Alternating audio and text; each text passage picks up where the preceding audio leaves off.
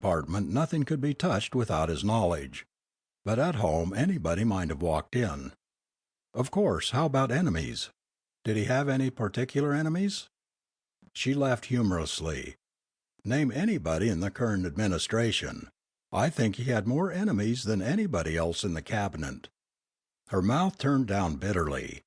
He was a stumbling block. He got in people's way, and they hated him for it. They killed him for it. Shander's eyes widened.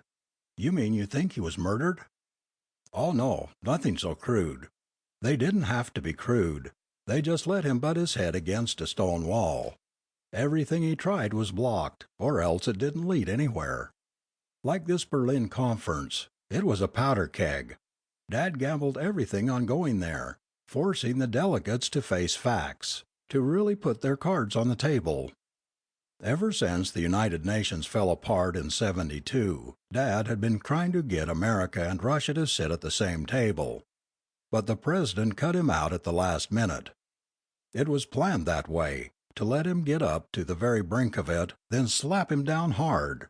They did it all along. This was just the last he could take. Shander was silent for a moment. Any particular thorns in his side? Anne shrugged. Munitions people mostly. Dartmouth Baring had a pressure lobby that was trying to throw him out of the cabinet. The president sided with them, but he didn't dare do it for the fear people would squawk. He was planning to blame the failure of the Berlin conference on Dad and get him ousted that way. Shander stared. But what if that conference fails? We're in full-scale war. Of course, that's the whole point.